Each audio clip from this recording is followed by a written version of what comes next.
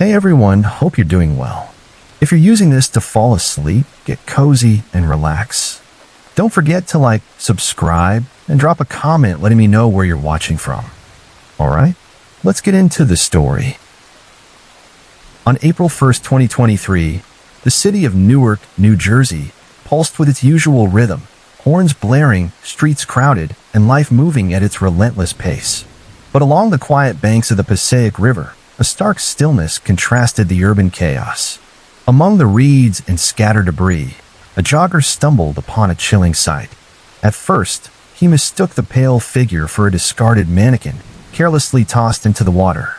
As he drew closer, the horrifying truth unraveled. It was the body of Chloe Ramirez, a 17-year-old high school senior. Chloe's lifeless form, clad in her high school jacket, lay partially submerged, her dark hair matted with mud and tangled in a river's grasp.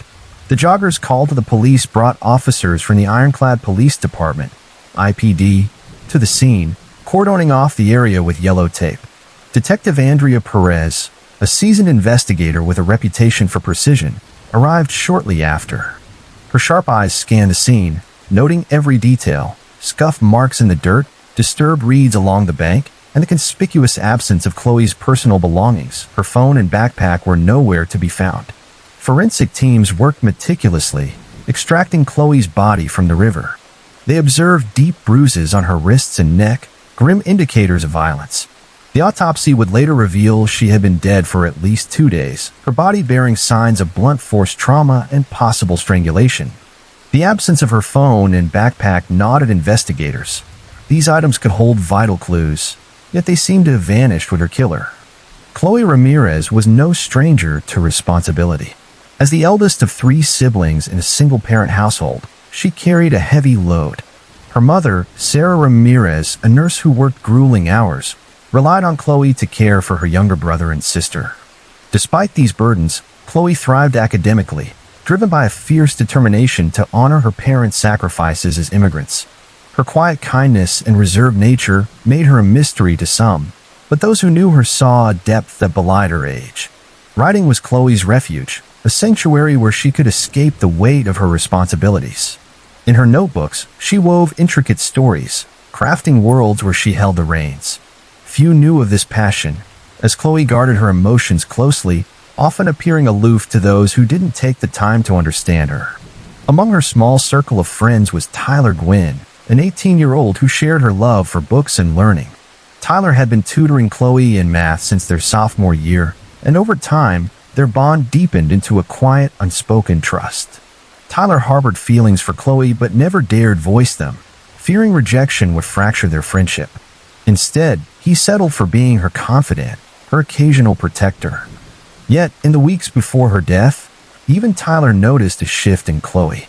She grew secretive, her attention often glued to her phone during their tutoring sessions, her focus drifting. When he pressed her about it, she brushed him off with vague excuses, leaving Tyler with a gnawing sense of helplessness. Sarah, too, sensed changes in her daughter. Chloe had always been reliable, forthcoming with her plans, but recently she'd started coming home later than usual, her demeanor withdrawn. Sarah chalked it up to the pressures of senior year, college applications, exams, the looming uncertainty of the future. Unbeknownst to her, Chloe was entangled in a far darker situation, one that would spiral beyond her control. The turning point came on February 1st, 2023, during a mandatory school seminar on community safety hosted by the Ironclad Police Department. The event aimed to bridge the gap between law enforcement and students, and Officer Mark Caldwell, a 38-year-old senior officer, was the keynote speaker. With his clean-cut appearance and charismatic delivery, Caldwell commanded the room. He spoke passionately about safety and accountability, weaving anecdotes that painted him as a pillar of community. The students, including Chloe, listened intently, drawn to his approachable charm. Chloe lingered after the seminar, her curiosity piqued. She'd always been fascinated by the criminal justice system, often weaving elements of crime and mystery into her stories. Approaching Caldwell with questions, she found him attentive, his answers thoughtful and encouraging. Before she left, he handed her his business card, suggesting she reach out if she needed help with a school project. To Chloe, the interaction felt like a rare opportunity, a chance to learn from someone with real-world experience in a field she admired. In the days that followed, Chloe emailed Caldwell, seeking resources for a project. His replies were prompt and professional, brimming with advice and references. But as their correspondence continued, the tone shifted. Caldwell's messages grew warmer, more personal. He complimented her intelligence, her maturity, treating her as a peer rather than a student. By February 10th, their communication had moved to texting, and Caldwell began probing into her personal life, her interests, her struggles, her dreams. Caldwell presented himself as a sympathetic listener, someone who understood the pressures Chloe faced. For a teenager who often felt invisible under the weight of her responsibilities, his attention was intoxicating. He filled a void she hadn't realized existed, offering validation at a time when she felt stretched thin. By February 15th, Caldwell had earned Chloe's trust. Their conversations, once professional, now delve into personal matters, with Caldwell encouraging her to confide in him about her challenges. When he invited her to meet for coffee to discuss her aspirations further, Chloe hesitated. The idea of meeting outside a school setting felt odd, but she rationalized it as part of her research. Eager for guidance, she agreed. The meeting took place at a small, out-of-the-way cafe on the outskirts of Newark, far from the prying eyes of her classmates or family. Caldwell greeted her warmly, his charm disarming her initial nerves. They discussed her dreams of becoming a writer, her interest in law enforcement, but the conversation soon veered into personal territory. Caldwell praised Chloe's maturity, calling her wise beyond her years, someone with a perspective most adults lacked. He asked about her home life, her relationships with her family, her daily struggles. To Chloe, who often felt unseen, his empathy was a lifeline. As they spoke, Caldwell began testing boundaries, leaning closer, lowering his voice as if sharing secrets meant only for her. His compliments grew more personal, lingering on her appearance. By the time they left the cafe, Chloe's reservations had softened. She felt a connection she couldn't quite explain, a sense that someone finally saw her, valued her, believed in her potential. In the weeks that followed, their meetings became more frequent.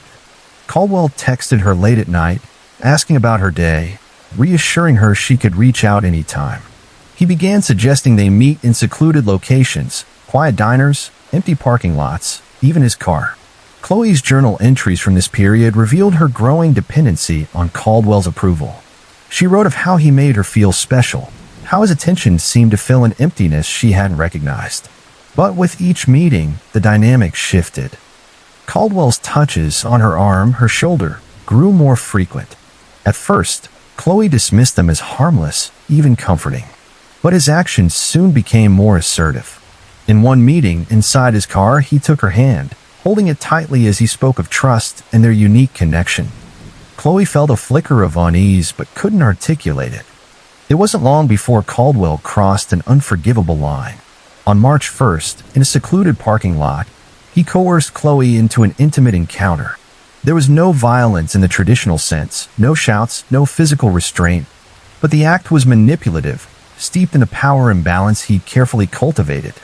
He framed it as a natural progression of their bond, telling her it was proof of how special they were to each other.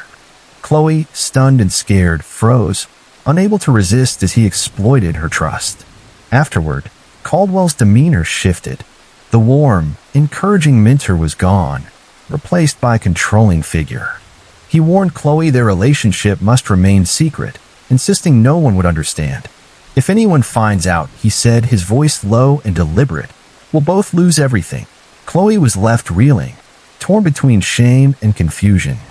Part of her clung to the Caldwell she'd admired, the one who'd shown her kindness when she felt invisible.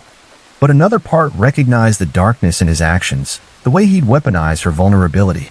From that moment, Caldwell's grip tightened. He dictated when and where they'd meet, demanded immediate responses to his texts, and warned her against confiding in anyone. Chloe felt trapped, unable to reconcile the man she'd trusted with the one who now made her feel powerless. Her journal entries grew anguished. I hate what's happening, she wrote, but I don't know how to make it stop. The guilt and fear consumed her, eroding the confidence she'd once carried. As March wore on, Chloe's behavior changed. At school, she seemed distracted, her academic drive faltering.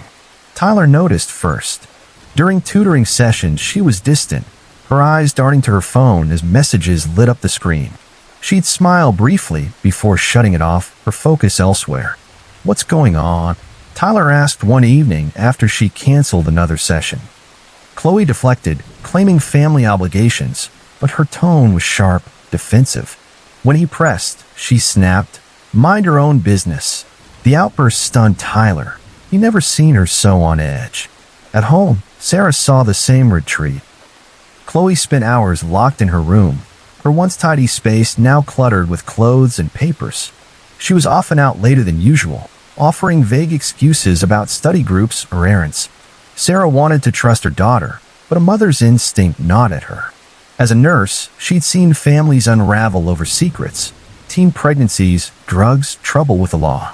She tried to convince herself Chloe was above such things, but the growing distance between them fueled her doubts. To outsiders, Chloe's shifts might have seemed like typical teenage rebellion. But the truth was far more sinister. She was drowning under the weight of her secret with Caldwell, a relationship that had morphed from mentorship to manipulation. He'd isolated her, using her vulnerabilities to maintain control. By March 15th, Chloe reached her breaking point. The guilt, fear, and confusion had become unbearable, and she resolved to end it. She spent days rehearsing what she'd say, bracing for Caldwell's reaction. That evening, they met in a dimly lit parking lot, a location he'd chosen for its privacy. Chloe's hands trembled as she told him she couldn't continue. The secrecy, the wrongness, it was overwhelming.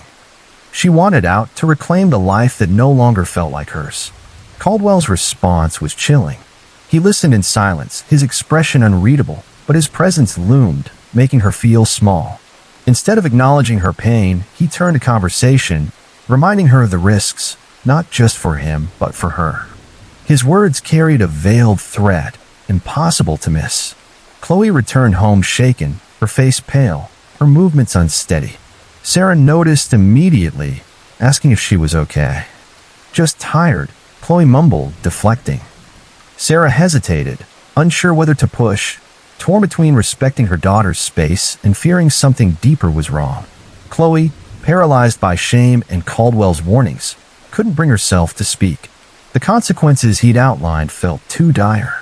March 25, 2023, was an ordinary day in Newark, but it marked the last time Chloe Ramirez was seen alive. That evening, Tyler watched from a distance as she stood near the high school parking lot, her arms crossed tightly, her posture tense. A black sedan pulled up, and without hesitation, Chloe climbed into the passenger seat. Tyler felt a pang of unease as the car drove off, but he told himself it wasn't his place to intervene. Chloe didn't return home that night. Sarah noticed her absence immediately, but assumed she was with a friend or had forgotten to call. As hours passed, her concern deepened. She called Chloe's phone repeatedly, each unanswered ring tightening the knot in her stomach. By midnight, Sarah knew something was wrong. The next morning, she reported Chloe missing to the police, only to face a dismissive response. "She's 17, they said. Teenagers sometimes take off for a day or two. They suggested she might have run away, needing space." Frustrated, Sarah contacted Chloe's friends, desperate for answers. Tyler, racked with guilt, finally shared what he'd seen: the black sedan, Chloe's nervous demeanor. His detailed description gave Sarah a lead, and she returned to the police, demanding they take her daughter's disappearance seriously. The sedan's description was added to the missing person report, but without more evidence, the investigation moved slowly. Chloe's phone remained silent, her social media dormant for 48 hours. No one had seen or heard from her since that night. On April 1st, the discovery of Chloe's body shattered the case. A jogger along the Passaic River spotted what he thought was a mannequin among the reeds. Closer inspection revealed the grim truth. IPD officers arrived swiftly, cordoning off the riverbank. Chloe's body, still in her high school jacket, was carefully lifted from the water. The medical examiner noted bruising on her wrists and neck, early signs of a violent end. Detective Perez arrived, her gaze sweeping the scene. Muddy drag marks suggested the body had been moved, likely dumped after death. The bruising around Chloe's neck pointed to strangulation, though an autopsy would confirm it. Decomposition indicated she'd been in the water for days, consistent with her disappearance on March 25th. The cold river had preserved critical evidence, but her phone and backpack were missing, likely taken to obscure the timeline. The autopsy painted a harrowing picture. Manual strangulation was confirmed as the cause of death, the bruising pattern indicating significant force. Defensive wounds on Chloe's hands and forearms showed she'd fought back.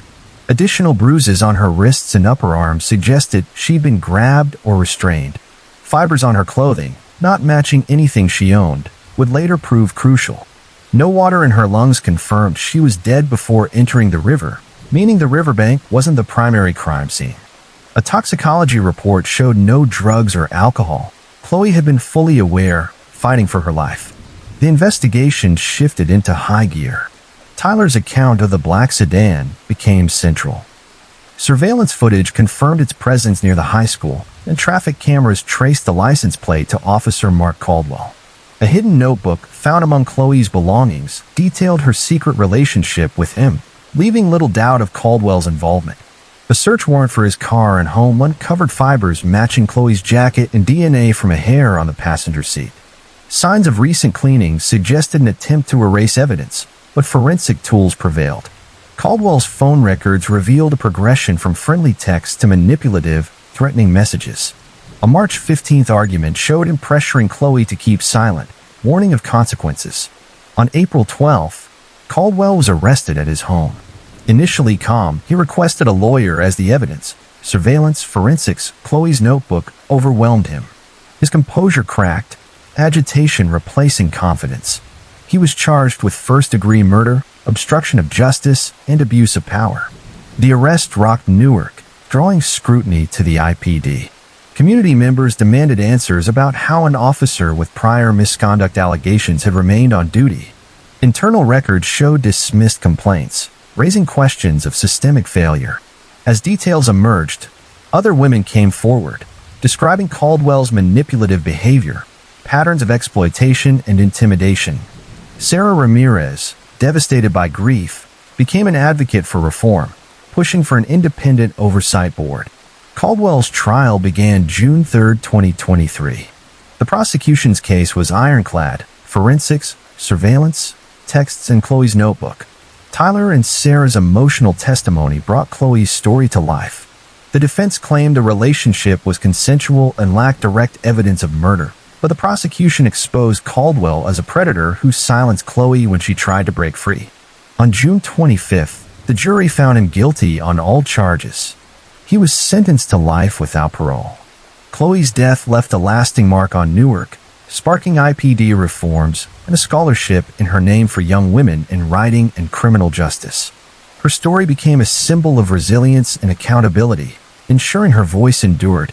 For Sarah, the loss was indescribable, yet she found strength in ensuring Chloe's story drove change. Chloe's case underscored the dangers of manipulated trust and the need to protect the vulnerable, leaving a legacy of justice and remembrance. In October 2002, the Washington, D.C. metropolitan area was gripped by a chilling wave of terror that transformed everyday routines into life-or-death gambles. Over 3 harrowing weeks, 10 innocent people were killed, and 3 others were critically injured in a series of random shootings that left the region paralyzed with fear. The perpetrators, John Allen Mohammed, a 41-year-old Gulf War veteran, and Lee Boyd Malvo, a 17-year-old Jamaican immigrant, executed their attacks with meticulous precision, turning mundane activities like pumping gas or shopping for groceries into moments of dread. The nightmare began on October 2, 2002, in Montgomery County, Maryland. Within a span of 15 hours, 5 people were gunned down in seemingly unconnected attacks. The victims, a man mowing a lawn, a woman crossing a parking lot, a cab driver refueling, a shopper outside a store, and a retiree sitting on a bench, had no apparent link to one another. The randomness of the killings sent shockwaves through the community. Panic spread like wildfire, and the region braced for an unseen threat. Schools went into lockdown, sports events were canceled, and businesses saw foot traffic plummet. Gas stations hung tarps to shield customers, and residents began zigzagging through parking lots, ducking behind cars to avoid an invisible bullet. The nation watched in horror as the death toll climbed. The fear wasn't confined to D.C. Americans everywhere followed the unfolding crisis with a mix of dread and helplessness. The weapon, a Bushmaster XM15 semi-automatic .223 caliber rifle, was wielded from a modified 1990 blue Chevrolet Caprice, which served as a mobile sniper nest. The car's trunk had been altered, allowing Malvo to lie prone and fire through a small hole near the license plate, rendering the vehicle indistinguishable from any other on the road. This ingenuity enabled the pair to slip through police checkpoints undetected for weeks, their deadly campaign uninterrupted. The randomness of the attacks was perhaps their most terrifying feature. Victims spanned all walks of life, men and women, young and old, black and white. Some were shot in parking lots, others while walking down the street. One victim, 13-year-old Aaron Brown, was shot outside his middle school but miraculously survived. His survival marked a turning point as forensic evidence began to accumulate. At one crime scene, investigators found a tarot card with a chilling message scrawled across it, "Call me God." The cryptic note only deepened the public's unease, hinting at a killer who saw themselves as untouchable. Law enforcement launched one of the largest manhunts in modern American history. The FBI, local police, and federal agencies collaborated across state lines, involving over 400 federal agents and sifting through thousands of tips, many of which led nowhere. Composite sketches were distributed, but they bore little resemblance to the perpetrators, fueling frustration. The public was urged to stay vigilant, but the lack of a clear suspect left everyone feeling exposed. Ordinary acts, loading groceries, buying coffee, refueling a car, became moments of paralyzing fear. Parents refused to let children wait at bus stops, and schools kept students indoors for recess. The psychological grip of the killers was unprecedented, turning the D.C. area into a region under siege. As the shootings continued through early and mid-October, fear became a fixture of daily life. Local governments declared states of emergency, and the absence of demands or patterns in victimology confounded investigators. Most victims were killed with a single precise gunshot to the upper torso or head, leaving no shell casings or witnesses. The crime scenes were eerily clean, the shooter invisible. Law enforcement struggled to identify the weapon initially, but ballistics eventually confirmed the use of a .223 caliber rifle. This breakthrough, while significant, didn't immediately point to suspects. Investigators explored every angle, from psychological profiles to potential military connections. They theorized the killer might be a lone wolf, possibly an ex-military marksman acting out of delusion or revenge. The media amplified the chaos, latching onto early reports of a white box truck or van seen near some scenes. This erroneous lead caused police to fixate on the wrong vehicle profile, allowing the blue Caprice to pass unnoticed. The shooters, meanwhile, began leaving cryptic clues. On October 7th, a call to a police tip line referenced a robbery and murder in Montgomery, Alabama, from the previous month. That crime, initially unlinked to the D.C. attacks, had left behind a magazine with fingerprints. When run through the FBI database, the prints matched Lee Boyd Malvo, a teenage suspect known to be associated with an older man, John Allen Muhammad. This connection shifted the investigation dramatically. Muhammad, a U.S. Army veteran with weapons training, had a troubled history, erratic behavior, a contentious custody battle over his children, and reported hostility toward the U.S. government. He had spent significant time traveling with Malvo in the blue Caprice, which became the focus of a nationwide alert. Unbeknownst to authorities, Muhammad had transformed the car into a stealth killing machine. The back seat was removed, and the sniper's firing port was carved above the license plate. From the trunk, Malvo could stabilize the rifle on a custom mount and fire with minimal exposure. The pair would park in inconspicuous spots: rest stops, parking lots, roadside shoulders, sometimes waiting hours for a target. Their patience and coordination were chilling, honed by reconnaissance, police scanner monitoring, and frequent relocations to avoid detection. After each shooting, they drove away calmly, blending into traffic with no trace of guilt. This invisibility fueled public speculation. Was it terrorism? A lone shooter? Multiple killers? The white van rumor, though well-intentioned, delayed progress, as police stopped countless innocent drivers.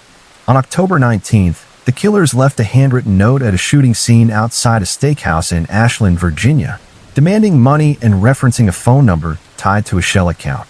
Tracing it uncovered more connections to Muhammad and Malvo's past: temporary stays in homeless shelters and motels across the country, firearms purchases, and a trail that finally made sense. On October 24, 2002, the manhunt ended. In the early hours, authorities located the Blue Caprice at a rest stop off Interstate 70 in Myersville, Maryland. Muhammad and Malvo were asleep inside, unaware the net had closed. Police surrounded the car and made a swift, forceful arrest. The sniper rifle was found in the trunk, along with other incriminating evidence. The capture brought relief to a traumatized region, but the legal and emotional aftermath was just beginning. Muhammad and Malvo were taken into federal custody, and the nation grappled with questions. How had a former soldier and a teenage runaway orchestrated such a devastating campaign? What drove them to target strangers? Muhammad's trial, held in Virginia, a state known for swift capital punishment, began in 2003. Prosecutors charged him with multiple counts of capital murder, terrorism, and illegal firearm use. The evidence was overwhelming: the Bushmaster rifle, ballistics matches from nearly every crime scene, and documentation linking him to Malvo, including writings and diagrams. Prosecutors reveal Muhammad's motive: a calculated plan to kill his ex-wife and regain custody of his children by making her death appear as one of many random sniper attacks. The cruelty and strategic nature of this goal stunned the public. He had been willing to slaughter innocents to mask a personal vendetta. Malvo, tried separately, was painted as a manipulated youth. His defense described how Muhammad, after meeting Malvo in Antigua, had provided food, shelter, and a sense of belonging, only to indoctrinate him with extremist beliefs. Muhammad trained Malvo as a shooter, framing the killings as a jihad against America. Malvo's testimony was chilling. He detailed how they selected targets, practiced shooting, and maintained strict discipline. He admitted to pulling the trigger in several killings, but claimed Muhammad's psychological control was absolute. His youth and apparent brainwashing led some to view him as both perpetrator and victim. Muhammad was convicted on all counts and sentenced to death. His appeals failed, and on November 10, 2009, he was executed by lethal injection at Greensville Correctional Center in Jarrett, Virginia. Victims' relatives witnessed the execution, some finding relief, others only sadness. "The wounds are too deep for closure," one said. Malvo, ineligible for the death penalty due to his age, received multiple life sentences without parole. Recent changes in juvenile sentencing laws have raised the possibility of a review, with the U.S. Supreme Court hearing arguments in 2020 about whether his sentence should account for his developmental state as a minor. As of May 2025, Malvo remains imprisoned in Virginia, his case is subject of ongoing debate. The D.C. sniper attacks left a profound mark. Cities nationwide reevaluated public safety protocols, from school lockdowns to emergency communications. Law enforcement adopted integrated task forces, and the case sparked debates on gun control, mental health, military reintegration, and juvenile justice. Muhammad's veteran status prompted calls for better post-service mental health screenings, while Malvo's manipulation fueled discussions about the age of criminal responsibility. In popular culture, the attacks were documented in books, documentaries, and TV specials like DC Sniper, 23 Days of Fear. Malvo, in later interviews, expressed deep remorse, calling himself a monster created by Muhammad and grieving the pain he caused. Memorials honor the victims, and the case remains a haunting reminder of how terror can emerge from the mundane, a car parked just feet away. It underscored the power of community tips and law enforcement coordination in solving the unsolvable, but also the enduring fear of random violence, a shadow that lingers in the collective memory. In October 1998, the small, quiet town of Laramie, Wyoming, was thrust into the national spotlight by a brutal crime that would reverberate across the United States and beyond. Matthew Shepard, a 21-year-old student at the University of Wyoming, was found tied to a wooden fence on the outskirts of town, beaten, bloodied, and barely clinging to life. The savage attack shocked the nation, igniting a profound dialogue about tolerance, equality, and the urgent need for stronger protections against hate-driven violence. Matthew's story became a turning point, a heartbreaking catalyst for change that continues to shape conversations about human rights and dignity. Matthew Shepard was known to his friends and family as a kind, intelligent, and deeply compassionate young man. With a keen interest in politics and global affairs, he dreamed of a career in human rights advocacy, where he could champion justice and understanding. As an openly gay man in a conservative state, Matthew had faced his share of challenges growing up. Yet he approached life with a gentle optimism, believing in dialogue and empathy over anger or confrontation. Those closest to him described him as trusting and warm, traits that made him beloved but also vulnerable in a world that could be unforgiving. On the evening of October 6, 1998, Matthew visited the Fireside Lounge, a local bar in Laramie where students and townsfolk often gathered. The atmosphere was casual, the kind of place where conversations flowed easily over drinks. There he crossed paths with two young men, Aaron McKinney and Russell Henderson, both in their early 20s. McKinney and Henderson were no strangers to trouble, with histories marked by drugs, violence, and petty crime. What unfolded that night would become a moment of horror, a tragedy that would leave an indelible mark on Laramie and the nation. Under the pretense of offering Matthew a ride home, McKinney and Henderson lured him into their truck. Instead of taking him to safety, they drove to a remote, desolate area outside town. There, in the cold Wyoming night, they tied Matthew to a split-rail wooden fence, pistol-whipped him with a .357 Magnum, and beat him with a ferocity that left him unrecognizable. They stole his wallet and shoes, leaving him alone, bloodied, and exposed to the freezing temperatures. The attack was not a spontaneous act, but a deliberate, cruel assault, fueled by prejudice and a chilling disregard for human life. Matthew remained tied to the fence for 18 hours, his body battered, his consciousness fading. It wasn't until the following evening, October 7th, that a cyclist, Aaron Kreifels, stumbled upon him. At first, Kreifels mistook the motionless figure for a scarecrow, its limbs awkwardly splayed against the fence. As he approached, the grim reality set in. This was a person barely alive. Matthew's face was caked with blood, his body limp, his breathing shallow. Kreifels called for help, and emergency responders rushed to the scene, horrified by the extent of his injuries. Matthew's skull was fractured in multiple places, his body in a coma-like state.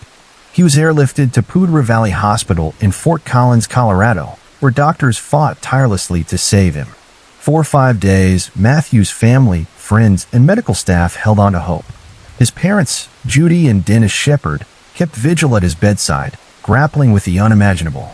Despite the doctors' efforts, the damage was too severe. On October 12, 1998, Matthew succumbed to his injuries, passing away from massive head trauma. His death sent ripples of grief across the country, touching people who had never met him but felt the weight of his loss. The news of Matthew's attack spread rapidly, amplified by television reports and newspaper headlines. In an era before social media, it was rare for a single act of violence to galvanize such a unified response, but Matthew's story struck a universal chord. Vigils sprang up in cities nationwide, from New York to San Francisco, where thousands lit candles and mourned. The details of the crime, its brutality, Matthew's innocence, the fact that he was targeted for being gay, felt like an assault on humanity itself. It wasn't just a murder. It was a violation of the right to exist freely, to love without fear. Local law enforcement acted swiftly. Within days, Aaron McKinney and Russell Henderson were arrested, their own recklessness aiding the investigation. McKinney, brash and unrepentant, had bragged to acquaintances about the attack, even showing off the bloody gun used to beat Matthew. When police searched his home, they found Matthew's shoes and wallet, irrefutable evidence tying him to the crime. Henderson, quieter and less brazen, confessed soon after his arrest, his account corroborating the sequence of events. Both men were charged with first-degree murder, kidnapping, and aggravated robbery, crimes that carry the possibility of the death penalty under Wyoming law. As the case moved toward trial, the defense floated several arguments to mitigate the perpetrator's responsibility. One claimed the attack was a robbery gone wrong, not motivated by hate. Another, more controversial, suggested McKinney had acted in a gay panic, alleging he became enraged when Matthew made an unwanted advance. These defenses were met with fierce backlash from advocacy groups, legal scholars, and the public, who rejected any attempt to justify violence based on a victim's identity. The prosecution, by contrast, presented a stark narrative. McKinney and Henderson had targeted Matthew because he was gay, and their actions were intentional, premeditated, and merciless. Russell Henderson opted to avoid a trial, pleading guilty to kidnapping and murder in April 1999. In exchange, he received 2 consecutive life sentences without the possibility of parole, sparing Matthew's family the ordeal of reliving the crime in court. Aaron McKinney, however, chose to face a jury. His trial, which began in October 1999, was emotionally charged. Medical examiners detail the catastrophic injuries Matthew had sustained: multiple skull fractures, brain damage, and lacerations that spoke to the ferocity of the beating.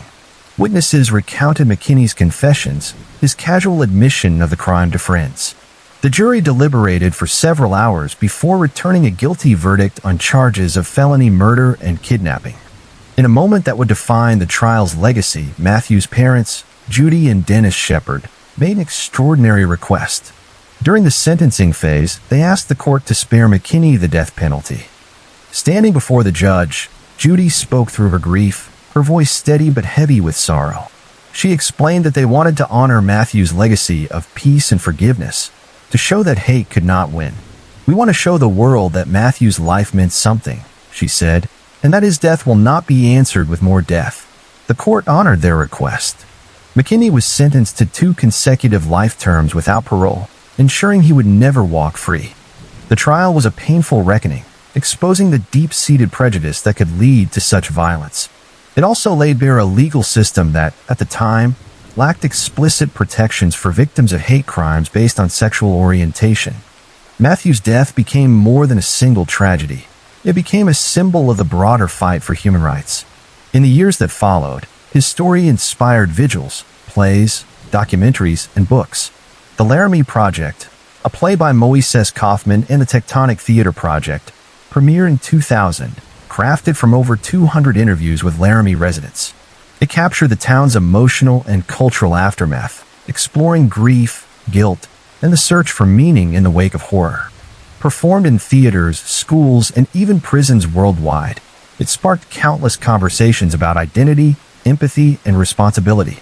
Judy and Dennis Shepard channeled their grief into action, founding the Matthew Shepard Foundation to promote tolerance, acceptance, and education, particularly for LGBTQ+ youth. They became tireless advocates, traveling across the country to speak at schools, colleges, and conferences. Judy, in particular, emerged as a powerful voice, testifying before Congress and delivering keynote speeches that blended personal loss with a call for change. Her soft-spoken resolve resonated deeply, turning their family's pain into a force for good. The most significant legal outcome of their advocacy came on October 28, 2009, when President Barack Obama signed the Matthew Shepard and James Byrd Jr. Hate Crimes Prevention Act into law. This landmark legislation expanded federal hate crime laws to include crimes motivated by a victim's actual or perceived sexual orientation, gender identity, or disability. It also empowered federal authorities to assist in investigations when local resources were inadequate, addressing gaps that had long left victims without recourse. At the signing ceremony, Obama acknowledged Matthew by name, honoring the Shepard family's journey to ensure his death sparked lasting change. For Judy and Dennis, the law was a bittersweet victory, a fulfillment of their promise to Matthew that his life would leave a legacy of justice. Matthew's cultural impact was profound.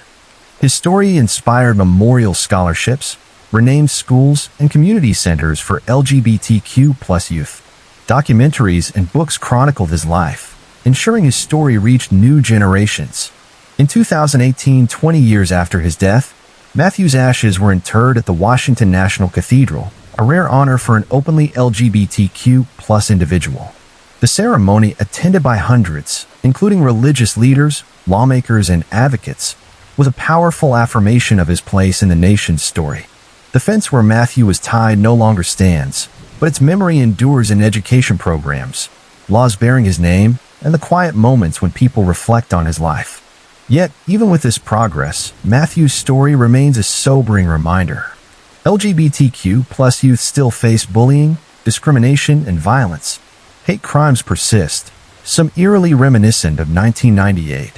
But Matthew's legacy offers hope, a testament to how love, courage, and justice can grow from tragedy. His name is spoken in classrooms, courtrooms, and vigils, not as a symbol of victimhood, but as a beacon of awakening. The Matthew Shepard Foundation continues its work, fostering compassion and inclusion. Judy and Dennis remain active, their grief transformed into a mission to build a kinder world. Matthew Shepard's life was cut short, but its impact only began to unfold in the aftermath. His murder forced America to confront the consequences of unchecked hatred, sparking a movement that widened hearts and expanded protections. His story lives on in the courage of those who live authentically, in the laws that bear his name, and in the thousands who carry his memory forward, not in mourning, but in action, striving for a world where no one is tied to a fence for being who they are. On the morning of April 19, 1995, the sun rose over Oklahoma City, casting a warm glow across a bustling downtown. It was a typical Wednesday, filled with the rhythms of everyday life. Office workers settled at their desks, parents dropped children off at daycare, and government employees sifted through paperwork. The Alfred P. Murrah Federal Building, a 9-story hub of federal offices, hummed with activity. Unbeknownst to those inside, a meticulously planned act of destruction was already in motion, one that would shatter lives and shake the nation to its core. At precisely 9:02 a.m., a deafening explosion tore through the north side of the Murrah Building. The blast was so powerful it was heard over 50 miles away, rattling windows and sending shockwaves through the city. The front half of the building collapsed in seconds, concrete and steel reduced to a chaotic heap of rubble. Glass shattered for blocks in every direction, and thick smoke billowed into the sky. The devastation was immediate and catastrophic. 168 people were killed, including 19 children in a second-floor daycare center. Hundreds more were injured, their lives forever altered by the sudden violence. Emergency responders descended on the scene, confronted by a landscape that resembled a war zone more than a city block. Firefighters, paramedics, and volunteers worked frantically, digging through debris with heavy machinery and bare hands, desperate to find survivors. Search dogs navigated the wreckage, their handlers holding on to hope amidst the chaos. The nation came to a standstill as television stations broadcast live coverage of the rescue efforts. Makeshift memorials sprang up around the city, flowers, candles, and handwritten notes left by strangers united in grief. Prayer vigils were held across the country, communities gathering to mourn and pray for those still trapped. The bombing was the deadliest act of domestic terrorism in U.S. history at the time, a grim record it held until the attacks of September 11, 2001. Amidst the sorrow, a pressing question loomed: who could have done this? Initial speculation pointed to foreign terrorists, especially given the 1993 World Trade Center bombing. But as investigators combed through the wreckage, evidence began to tell a different story, one of a homegrown threat, driven not by foreign ideology but by a deep-seated rage against the U.S. government. In the hours following the blast, the site of the Murrah Building remained a scene of controlled chaos. Rescue workers pulled survivors from the rubble, their efforts punctuated by moments of hope and heartbreak. Federal investigators, bomb technicians, and law enforcement agents worked in tandem, piecing together the mechanics of the explosion. They quickly determined the cause: a massive truck bomb composed of ammonium nitrate fertilizer, fuel oil, and other readily available chemicals. The bomb had been loaded into a rented Ryder truck and parked directly in front of the building's north side, where it detonated with devastating precision. The level of planning was chilling, pointing to a deliberate and calculated act of terror. The investigation moved swiftly, driven by a sense of urgency to find those responsible. A critical break came just 90 minutes after the bombing, when Oklahoma Highway Patrol Officer Charlie Hanger pulled over a yellow 1977 Mercury Marquis on Interstate 35 for lacking a license plate. The driver, a clean-cut man in his 20s, was calm but armed with an unregistered firearm. His name was Timothy McVeigh, a former U.S. Army soldier who had served in the Gulf War. At first, McVeigh seemed an unlikely suspect, intelligent, disciplined, and unassuming. But as investigators dug deeper, a darker picture emerged. Within 2 days, forensic evidence linked McVeigh to the Ryder truck used in the bombing. The truck had been rented under the alias Robert Kling from a rental agency in Junction City, Kansas. Eyewitness accounts and rental paperwork placed McVeigh at the scene, and fingerprints found on receipts and other materials confirmed his involvement. The evidence was undeniable. McVeigh was the prime suspect. Further investigation implicated Terry Nichols, an army buddy of McVeigh's, who had helped acquire the bomb's components and provided logistical support. A third man, Michael Fortier, emerged as a co-conspirator, aware of the plan but failing to report it. As the investigation unfolded, McVeigh's motive came into focus. A deep resentment toward the federal government had consumed him, fueled by two events that had become rallying cries for anti-government extremists. The first was the 1992 standoff at Ruby Ridge, Idaho, where a confrontation between federal agents and a survivalist family left multiple dead. The second was the 1993 siege in Waco, Texas, where 76 people, including children, perished during a raid on the Branch Davidian compound. To McVeigh, these incidents symbolized government tyranny, an overreach of power that demanded retaliation. In his mind, the bombing of the Murrah building was not terrorism but a statement, a strike against what he saw as an oppressive system. The choice of April 19th was no coincidence. It marked the second anniversary of the Waco siege's tragic end, a date steeped in symbolic weight for McVeigh. The scale of the attack and its ideological roots stunned the nation. This was not an assault from abroad, but an act of violence by an American against Americans, carried out on American soil. The realization forced a painful reckoning. Extremism could fester not in distant lands, but in the heart of the country, born of rage and disillusionment. Following McVeigh's arrest, the public grappled with a mix of anger, confusion, and profound sadness. That a native-born citizen, a decorated veteran, could orchestrate such horror prompted deep introspection. Domestic extremism was no longer an abstract threat but a tangible, deadly force. McVeigh's trial, relocated to Denver, Colorado to ensure an impartial jury, began in April 1997 and became one of the most closely watched cases of the decade. The prosecution presented an airtight case. Receipts, fingerprints, eyewitness testimony, and physical remnants of the bomb-making materials all pointed to McVeigh and his accomplices. His calm, emotionless demeanor in court unnerved observers, amplifying the public's unease. On June 2, 1997, the jury convicted McVeigh on all 11 counts, including conspiracy to use a weapon of mass destruction and the murder of federal law enforcement officers. He showed no remorse, later justifying his actions in interviews as a political protest against government overreach. For the victims' families and survivors, his words offered no solace, only a reminder of the lives stolen. In June 2001, McVeigh was executed by lethal injection at the federal penitentiary in Terre Haute, Indiana, the first federal execution in the U.S. since 1963. His death brought a measure of closure for some, but for many, the pain remained raw. Terry Nichols faced a separate trial in 1997, convicted on conspiracy and manslaughter charges. He was sentenced to life in prison without parole. His role as McVeigh's accomplice undeniable. Michael Fortier, who had known of the plan but failed to act, testified against the others in exchange for a reduced sentence. He served roughly 10 years and was released under a new identity, his life forever marked by his complicity. The emotional scars of the bombing lingered long after the trials. The victims, children, federal employees, veterans, and passers-by, were ordinary people caught in a moment of unthinkable violence. Their loss was felt not just in numbers but in shattered families, empty homes, and memories that would never fade. Survivors carried physical and psychological wounds, their lives reshaped by a single morning. In Oklahoma City, the tragedy struck a deeply personal chord, uniting the community in grief and resilience. In response, the U.S. government took significant steps to address domestic terrorism. New laws strengthened security around federal buildings, improved interagency communication, and increased penalties for terrorism-related crimes. The Anti-Terrorism and Effective Death Penalty Act of 1996 streamlined capital punishment processes and bolstered law enforcement's ability to counter such threats. These measures reflected a broader recognition that the nation could no longer ignore the danger within its borders.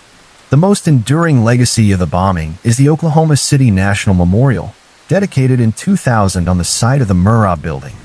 The memorial features a reflecting pool, a field of 168 empty chairs, one for each victim, with smaller chairs for the children, and a survivor wall honoring those who lived through the blast. Each April, people gather to remember, laying wreaths and sharing stories of loss and healing.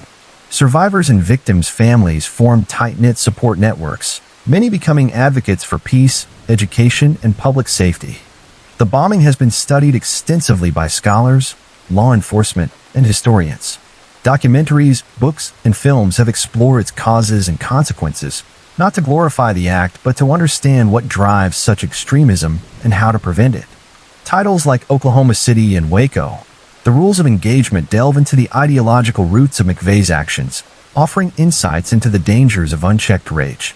The event remains a somber guidepost, a reminder of the cost of hatred and the fragility of peace. Today, the memory of April 19, 1995, endures as both a wound and a call to action. It speaks to the resilience of those who rebuild, the courage of those who advocate for change, and the strength of a community that refused to be defined by tragedy.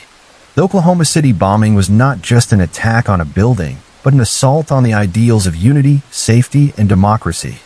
From its ashes rose a renewed commitment to protect those values, no matter the cost, ensuring that the 168 lives lost would never be forgotten.